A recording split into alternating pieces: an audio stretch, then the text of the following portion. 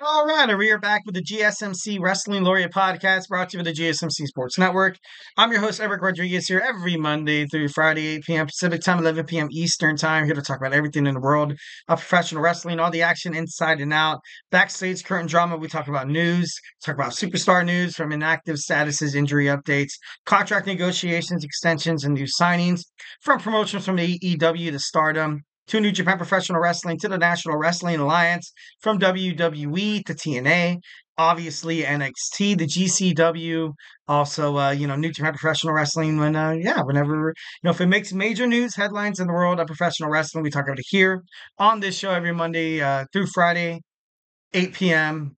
Pacific time, 11 p.m. Eastern time, here on the GSMC Sports Network. So just kind of reflect on what we talked about right quick. We talked about our WWE Friday Night SmackDown review. Now we're going to talk about our WWE Monday Night Raw preview. More like talk, because I feel like, get a lot of updates and stuff like that. But it's still so cool to watch it. It's still so cool to kind of see everything unfold right in front of my eyes. But of course, before I do anything like that, I want to remind you guys to go ahead and hit up that super chat, whether if you got a burning question or hot take in terms of professional wrestling here at the GSMC Sports Network, wants to hear about what's been, burning your chest, what you want to get off your chest in terms of anything about professional wrestling. Doesn't necessarily have to be about what we're, kind of speaking of. If you have anything like a hot take, be like, I hated John Cena. I'll be like, whoa, damn, all right, we're going to talk about that. I'm just kidding. No, but obviously, if it's something that's a hot topic, definitely got to love about it. Shoot me your opinions about AEW's Wrestle Dream. Also, don't be afraid to share. We are all ears. This show is all about keeping the conversation going, keeping the party lively, making sure your voice is part of the mix. So don't be shy and drop your thoughts inside that chat. And if you really, really, really want to make sure your comment, question, or concern gets noticed on the show, why not use that that chat box that says super chat? It's the $sign. Make sure you hit it. Send in your message. Whatever you say is going to be featured on the show to be debated about, to be talked about, or to kind of have a nice back and forth conversation between us and the viewers. A lot of audience engagement is all about, to be honest, in my opinion, what I'm all about in terms of the podcasting community. I just don't want to be yelling at the mic for an hour straight. We definitely love to hear about what you guys have to say in terms of professional wrestling. Kind of want to take this podcast as if you're like someone, go into a bar or a social gathering and, you're a wrestling fan and you're like, man, and then you look over to this next person and they're a wrestling fan as well. Kind of that comfortability, kind of the, just to feel calm, cool, collected, to be opened up to Eric, your favorite wrestling fan from the GSMC Wrestling Laureate podcast. Definitely love hearing from you guys. Obviously, we are super grateful for each and every one of you guys who joins us here daily on the GSMC Sports Network. Your support makes all the difference. So let's keep the conversation going. Send in those super chats, those super stickers, because you guys are super awesome. And, together we will make sure this podcast is bigger, better, and stronger than ever. Once again, super chat, not your thing. Go ahead and hit up the tips and donations link at the GSMCpodcast.net. Of course, tell me what you like, tell me what you don't like. Just remember to Superman punch that like and subscribe button to the show. Follow the network here at the GSMC Sports Network. We do love a lot of peace, love, and positivity 1,010% of the time. But of course, in terms of sports, nice little friendly, criticism, the banter is all, that's what it's all about. So, don't be afraid, even if it's a negative comment, criticism. Hey, feedback is a gift. We definitely love how to be better as a podcaster. Most importantly, how to be a better wrestling fan. Make sure, don't be shy. Don't be shy and just hit it up. Let's talk. Let's have a nice little, conversation going. All right, we're going to talk about some Monday Night Raw talk. I got a Monday Night Raw talk in the chat right now by my man, Logan James. Bianca is the next John Cena and cheated. And feel like a big star in WWE. But Bianca and Jade needed to cheat by beating Damage Control tonight. This is why I don't like Bianca and Jade. That's actually quite shocking. They kind of have this babyface mentality, and it's can't wait to watch it, can't wait to see. But I know Damage Control is kind of alluding to a babyface drop. But Bianca and Jade, they have been so successful in the women's tag team division. At first I hated that they tag team together. I thought it would ultimately, I was like, why would you want to put the two top singles women's superstars, especially on SmackDown, where it seems like you only have Nia Jax, Bayley, and maybe Tiffany Stratton, who could really hold their own, holding the company, abroad with the WWE Women's Championship. So I was like, okay, having this happen, maybe having them, Bianca and Jade kind of turn heel, would I, it could be interesting. I ultimately feel like Bianca, any surrounding storyline around her, like you mentioned, John Cena, like you mentioned, her being a big star in WWE, she's gonna get attention. She's gonna get attention. She's gonna have fans. She's gonna be hated. Much like you see, CM Punk, like fans still hate him. Superstars still hate him, but hey, like he still, he does what he does in the ring, and if you like him, you like him. If you don't, then cool. Like, you know what I mean? But ultimately, like, that's kind of crazy. Obviously, I can see why they would put the belt on Damage Control. I feel like they would open up that women's tag team division more, widely as opposed to Bianca Belair and Jade stay the champions. But wow, that's actually pretty damn interesting.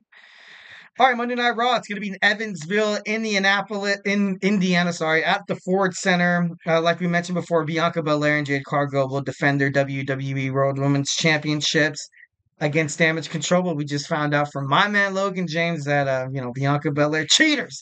I'm just kidding. No, but kind of crazy, kind of a trip that they had to cheat to win the championships. But hey, honestly, at the end of the day, you got to do what's good for you.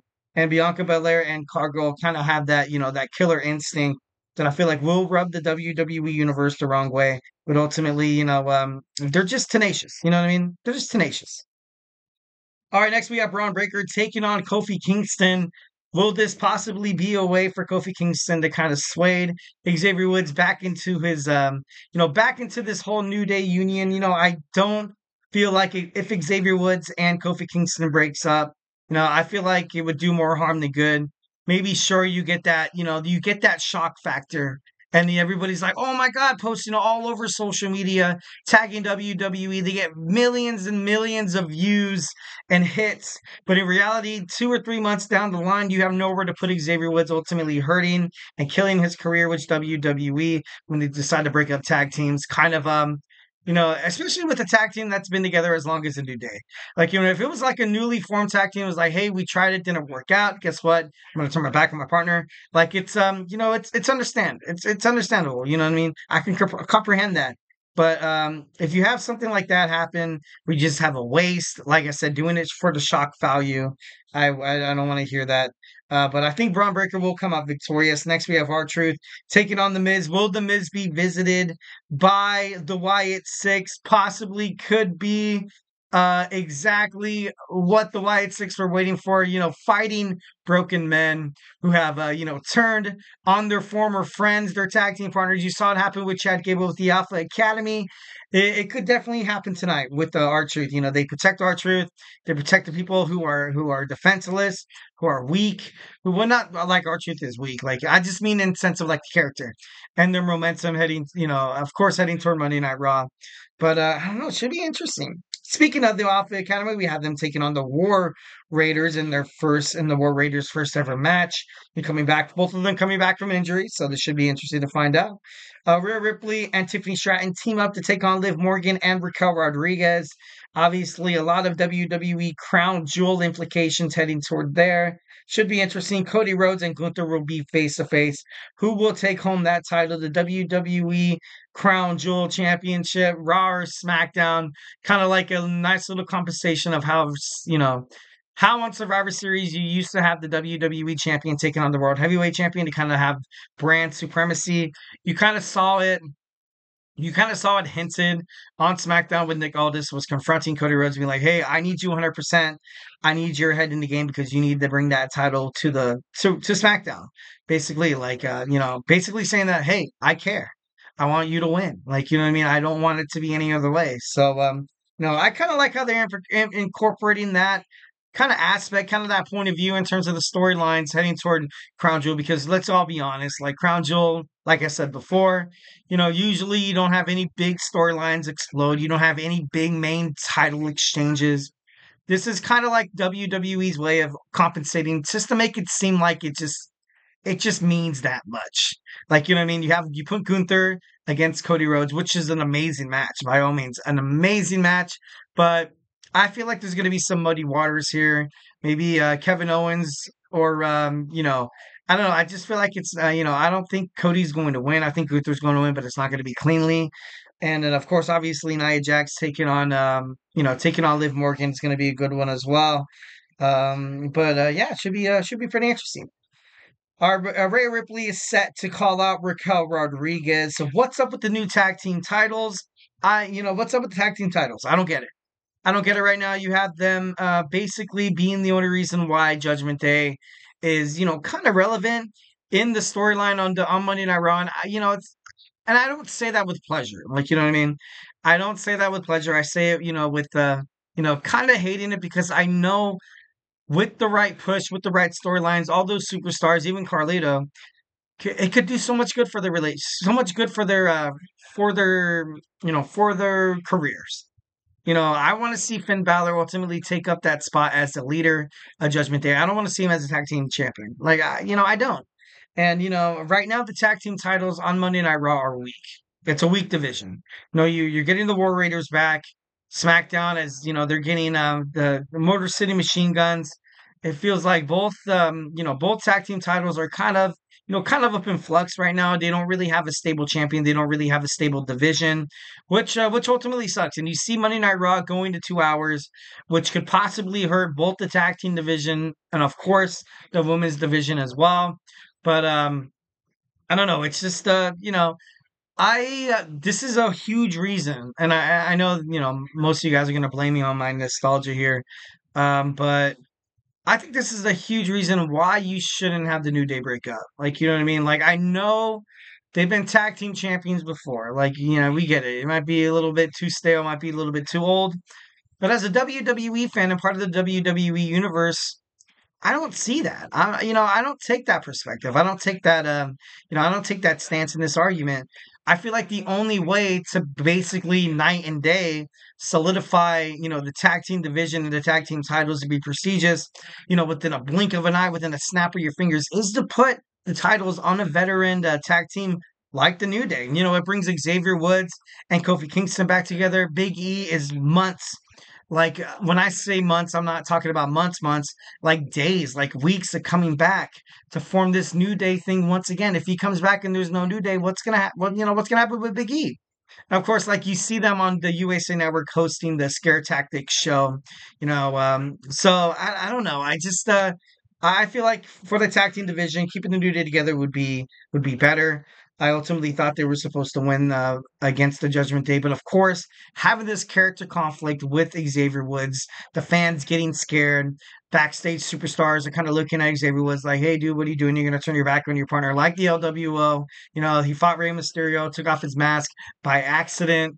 You kind of have this guy who really is conflicted with himself, needs a win to kind of have this redemption story, this storyline being told by WWE in terms of Xavier Woods at this point is extremely crucial. It could end up, it could be bad, it could be good. And when I say good, even if he turns heel, but if they find the right storyline, it could be good for his career. But right now, how the tag team division is suffering on Raw, it's bad. It's bad. The tag team division on Raw is really, really bad. So this could possibly be a way for the New Day to kind of be revamped up. I would honestly kind of prefer it because at Kofi's age, and Big E coming back from a major neck fusion surgery, and Xavier Woods kind of being that young stud, not being able to establish himself within the singles kind of category. You saw how long it took Jey Uso to become Intercontinental Champion. And I think about it, I'm like, I don't see Xavier Woods fitting in any of the divisions. I don't see him contending for the WWE World Heavyweight Championship. I don't see him going to SmackDown and contending for the WWE Championship. I don't see him contending for the WWE Intercontinental Championship on Raw. I don't see him going to SmackDown and contending for the WWE United States Championship.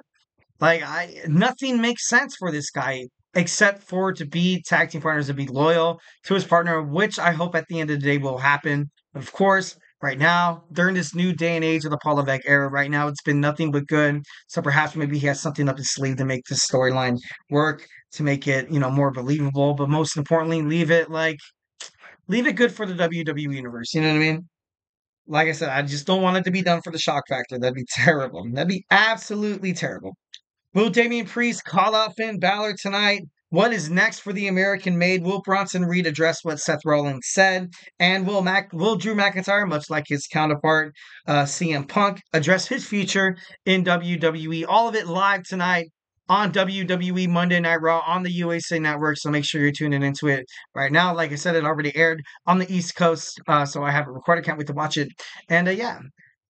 All right, guys, don't go anywhere. We're going to talk about our AEW Wrestle Dream review. Going to give you guys my overall analysis. So do not go anywhere. And we will be right back. So, hey, do not go anywhere.